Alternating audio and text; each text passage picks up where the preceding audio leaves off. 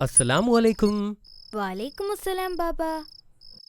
അമീർ, നിനക്ക് ഉറക്കം വരുന്നുണ്ടോ? എന്താണെന്നറിയില്ല ബാബ. ഇന്നത്തെ ദിവസം മുഴുവനും ഭയങ്കര ക്ഷീണമായിരുന്നു. All right. 100 വർഷം ഉറങ്ങിക്കിടന്ന ഉസൈർ നബി അലൈഹിസ്സലാമിന്റെ കഥ നീ കേട്ടിട്ടുണ്ടോ? നിനക്ക് ഞാൻ പറഞ്ഞു തരാം. 100 വർഷമോ? അത്രയും നാൾ ഒരാൾക്ക് എങ്ങനെ ഉറങ്ങാൻ കഴിയും? നീ ഇപ്പോൾ പോയി കിടന്ന് ഉറങ്ങിക്കൊള്ളൂ. അദ്ദേഹത്തിന്റെ കഥ നാളെ പറയാം. വേണ്ട ബാബ, എന്റെ ഉറക്കം പോയി. എനിക്ക് അദ്ദേഹത്തിന്റെ കഥ ഇപ്പോൾ തന്നെ കേൾക്കണം. കഥ പറയൂ ബാബ. ഉറപ്പാണോ? അതെ, ഈ പ്രവാചകന്റെ കഥ കേൾക്കാതെ എനിക്കിനി ഉറക്കം വരില്ല. 100 വർഷം ഉറങ്ങുക, വിശ്വസിക്കാൻ കൂടി പറ്റുന്നില്ല. അത് അത്ഭുതകരമാണ്. ശരി, ഇൻഷാ അല്ലാ. എങ്കിൽ ഉസൈർ നബി അലൈഹിസ്സലാമിന്റെ കഥ ഇപ്പോൾ തന്നെ ഞാൻ പറഞ്ഞു തരാം. ശ്രദ്ധിച്ചു കേട്ടോളൂ. ബിസ്മില്ലാ.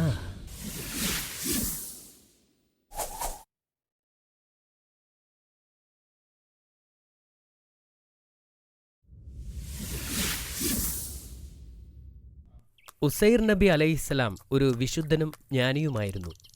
സുലൈമാൻ നബി അലൈഹിസ്സലാമിന് ശേഷവും സക്കരിയ നബി അലൈഹിസ്സലാമിന് മുൻപുമായിട്ടാണ് അദ്ദേഹം ജീവിച്ചിരുന്നത്. ഒരു ദിവസം പതിവ് പോലെ പ്രവാചകൻ കഴുതപ്പുറത്ത് തൻ്റെ ഫാമിലേക്ക് പോവുകയായിരുന്നു. ഉച്ചയോടെ വർഷങ്ങൾക്ക് മുമ്പ് നാശം വിതച്ച ഒരു ചെറിയ പട്ടണത്തിൽ അദ്ദേഹം എത്തിച്ചേർന്നു. അവിടെ ആരും ജീവിച്ചിരിപ്പില്ലായിരുന്നു. തകർന്ന കെട്ടിടങ്ങളും ചുവരുകളും കിണറുകളും മനുഷ്യരുടെ ധാരാളം അസ്ഥികളും അദ്ദേഹം അവിടെ കണ്ടു. പ്രവാചകൻ രാവിലെ യാത്ര ചെയ്യാൻ തുടങ്ങിയതായിരുന്നു.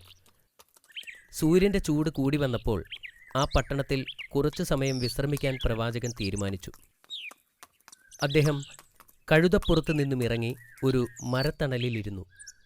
അദ്ദേഹത്തിന് നന്നായി വിശക്കുന്നുണ്ടായിരുന്നു. പ്രവാചകൻ തൻ്റെ സഞ്ചിയിൽ നിന്നും പഴങ്ങളെടുത്ത് തിന്നാൻ തുടങ്ങി. കുറച്ചു സമയം അദ്ദേഹം അവിടെ ഇരുന്നു. അതിനുശേഷം എഴുന്നേറ്റ് ചുറ്റും നോക്കി. പഴക്കം ചെന്ന് പൊട്ടിപ്പൊളിയാറായി നിൽക്കുന്ന ചുമരുകൾ അദ്ദേഹം കണ്ടു. പിന്നീട് ചുറ്റിലും കിടക്കുന്ന അസ്ഥികൂടങ്ങൾ അദ്ദേഹം കണ്ടു. അല്ലാഹു എങ്ങനെ ഇവരെ വീണ്ടും ജീവിപ്പിക്കും? അദ്ദേഹം ജിജ്ഞാസയോടെ പറഞ്ഞു. അദ്ദേഹം പറഞ്ഞത് അല്ലാഹു കേട്ടപ്പോൾ അല്ലാഹു കോപാകുലനാവുകയും തൻ്റെ ശക്തി അദ്ദേഹത്തിന് കാണിച്ചു കൊടുക്കാൻ തീരുമാനിക്കുകയും ചെയ്തു. അല്ലാഹു മരണത്തിൻ്റെ മലക്കിനെ പ്രവാചകന്റെ അടുത്തേക്ക് അയച്ചു. മരണത്തിൻ്റെ മലക്ക് പ്രവാചകന്റെ അടുത്തു വന്നു. അല്ലാഹു പറഞ്ഞതുപോലെ പ്രവാചകന്റെ ജീവൻ എടുത്തു. പ്രവാചകൻ ജീവനില്ലാതെ കുറേ കാലം അവിടെ കിടന്നു. അതിനിടയിൽ പ്രവാചകന്റെ കഴുതയും ചത്തുപോയി. ഏകദേശം 100 വർഷം പ്രവാചകൻ അങ്ങനെ മരണപ്പെട്ട് കിടന്നതായി പറയപ്പെടുന്നു. ആ 100 വർഷത്തിനിടയിൽ ധാരാളം മാറ്റങ്ങൾ സംഭവിച്ചു. ഒരു ദിവസം പ്രവാചകനെ മരണത്തിൽ നിന്ന് ഉണർത്താൻ അല്ലാഹു തീരുമാനിച്ചു. മരണത്തിന്റെ മലക്കിനെ അദ്ദേഹത്തിനടുത്തേക്ക് വീണ്ടും അയച്ചു. മലക്കെത്തി പ്രവാചകനെ മരണത്തിൽ നിന്നും പുനർജീവിപ്പിച്ചു. പ്രവാചകൻ കണ്ണുകൾ തുറന്നപ്പോൾ എന്താണ് സംഭവിച്ചതെന്ന് മനസ്സിലായില്ല. നിങ്ങൾ എത്ര കാലം ഉറങ്ങി? മലക്ക് ചോദിച്ചു. അപ്പോൾ വൈകുന്നേരമായിരുന്നു. പ്രവാചകൻ ഉറങ്ങിയിരുന്നത് ഉച്ചയ്ക്കായിരുന്നു. ഞാൻ 1 ദിവസം അല്ലെങ്കിൽ പകുതി ദിവസം ഉറങ്ങി. അദ്ദേഹം ആശയക്കുഴപ്പത്തോടെ മറുപടി പറഞ്ഞു. നിങ്ങൾ 100 വർഷമായി ഉറങ്ങുകയായിരുന്നു, മലക്ക് പറഞ്ഞു. അത് കേട്ടപ്പോൾ പ്രവാചകൻ ഞെട്ടിപ്പോയി. അദ്ദേഹം ജീവിതത്തിലേക്ക് തിരികെ വന്നത് അല്ലാഹുവിൻ്റെ ശക്തി കാരണമാണെന്ന് അദ്ദേഹം മനസ്സിലാക്കി. പിന്നീട് മലക്ക് പ്രവാചകന്റെ കഴുതയെയും ഉണർത്തി. പ്രവാചകൻ അദ്ദേഹത്തിന്റെ വീട്ടിലേക്ക് തിരിച്ചു പോകാൻ തുടങ്ങി. അദ്ദേഹം തൻ്റെ ജന്മദേശത്തെത്തിയപ്പോൾ വീണ്ടും അത്ഭുതപ്പെട്ടു. നഗരം മുഴുവനും മാറിയിരിക്കുന്നു. പുതിയ കടകളും പുതിയ തെരുവുകളും ഉണ്ടായിരുന്നു. അദ്ദേഹത്തിന് ആരെയും തിരിച്ചറിയാൻ കഴിഞ്ഞില്ല.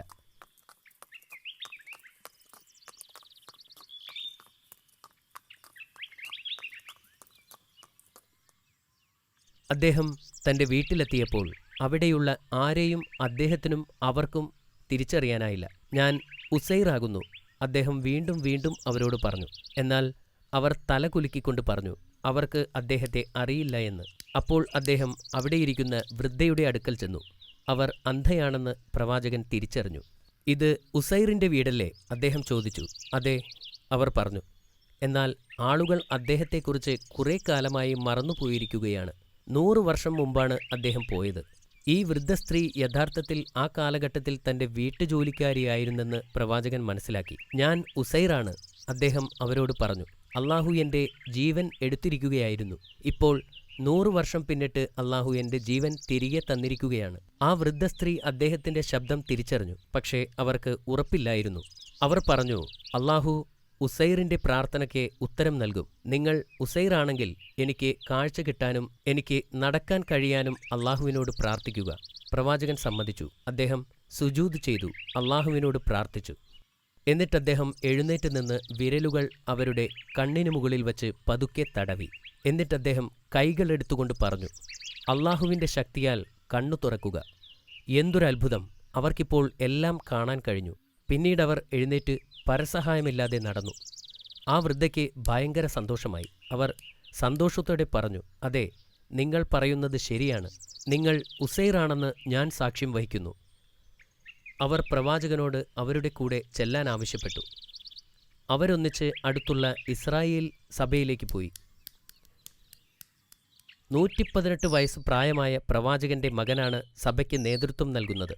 അയാളുടെ കുട്ടികളും വലിയ കുട്ടികൾ പോലും സഭയുടെ ഭാഗമായിരുന്നു. ആ വൃദ്ധ സ്ത്രീ ചോദിച്ചു, അദ്ദേഹത്തെ നോക്കൂ, അത് ആരാണെന്ന് നിങ്ങൾക്കറിയാമോ? പക്ഷേ ആരും അദ്ദേഹത്തെ തിരിച്ചറിഞ്ഞില്ല. അത് നിങ്ങളുടെ പിതാവാണ് ഉസൈർ. അദ്ദേഹം തിരിച്ചെത്തിയിരിക്കുന്നു. നിങ്ങൾ കള്ളം പറയുകയാണ്, അദ്ദേഹത്തിന്റെ മകൻ പറഞ്ഞു. 100 വർഷം കഴിഞ്ഞ് എങ്ങനെയാണ് അദ്ദേഹം തിരിച്ചുവരുന്നത്? എന്നെ നോക്കൂ, ആ വൃദ്ധ പറഞ്ഞു. ഞാൻ നിങ്ങളുടെ പഴയ ജോലിക്കാരിയാണ്. എനിക്ക് മുൻപ് കാഴ്ചയുണ്ടായിരുന്നോ? നീ എന്നെ അവസാനമായി കണ്ടപ്പോൾ എനിക്ക് നടക്കാൻ കഴിയുമായിരുന്നോ? നിന്റെ പിതാവ് എനിക്ക് വേണ്ടി അള്ളാഹുവിനോട് പ്രാർത്ഥിച്ചു. ഇപ്പോൾ എനിക്ക് നടക്കാനും കാണാനും കഴിയും. പ്രവാചകന്റെ മകൻ അവരുടെ അടുത്തേക്ക് ചെന്നു. എന്റെ പിതാവിന്റെ തോളിൽ ഒരു കറുത്ത മറുകുണ്ടായിരുന്നു എന്ന് അദ്ദേഹം പ്രവാചകനോട് പറഞ്ഞു. നിങ്ങൾക്ക് ആ മറുകു കാണിക്കാൻ കഴിഞ്ഞാൽ ഞങ്ങൾ നിങ്ങളെ വിശ്വസിക്കാം. പ്രവാചകൻ അദ്ദേഹത്തെ മറുകു കാണിച്ചു.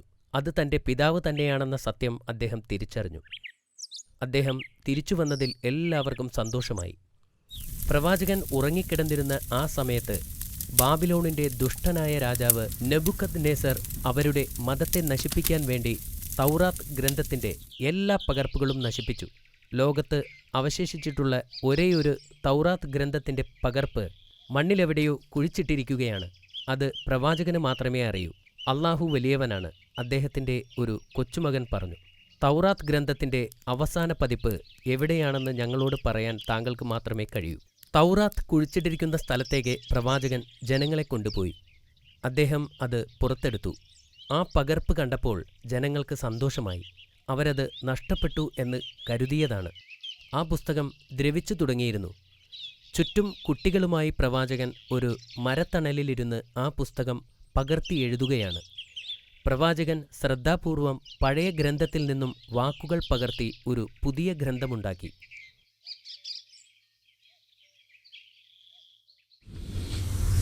പിന്നീട് അദ്ദേഹം ഇസ്രായേലിൽ വച്ച് വഫാത്തായി. മാഷാ അല്ലാ, രസകരമായ കഥയായിരുന്നു.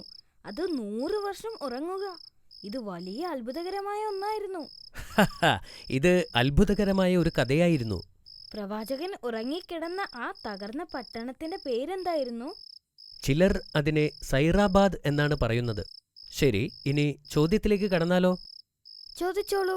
എന്തുകൊണ്ടാണ് അള്ളാഹു പ്രവാചകനെ ഇത്ര കാലം ഉറക്കിയത്? പ്രവാചകൻ ഒരു നിമിഷത്തേക്ക് അള്ളാഹുവിന്റെ ശക്തിയെ സംശയിച്ചതുകൊണ്ടാണ്. എത്ര കാലമായിരുന്നു പ്രവാചകൻ ഉറങ്ങിയത്? അദ്ദേഹം 100 വർഷക്കാലം ഉറങ്ങി. പ്രവാചകൻ വീട്ടിലേക്ക് തിരിച്ചു വന്നപ്പോൾ ആളുകൾ തിരിച്ചറിഞ്ഞോ? ഇല്ല, 100 വർഷക്കാലം കഴിഞ്ഞപ്പോൾ പ്രവാചകനെ ആരും തിരിച്ചറിഞ്ഞില്ല. അദ്ദേഹത്തെ ആദ്യം തിരിച്ചറിഞ്ഞത് ആരാണെന്ന് പറയാമോ? വീട്ടുജോലിക്കാരിയായിരുന്നു. Very good. ഇസ്രായേലിൽ തൗറാത്തിന്റെ ഒരു പകർപ്പ് പോലും ഇല്ലാതിരുന്നത് എന്തുകൊണ്ടാണ്? അവിടെയുള്ള തൗറാത്തിന്റെ ഒരു പകർപ്പൊഴിച്ച് ബാക്കിയെല്ലാം ബാബിലോണിലെ രാജാവ് നശിപ്പിച്ചു കളഞ്ഞു. ആരാണത് പകർത്തി എഴുതിയത്?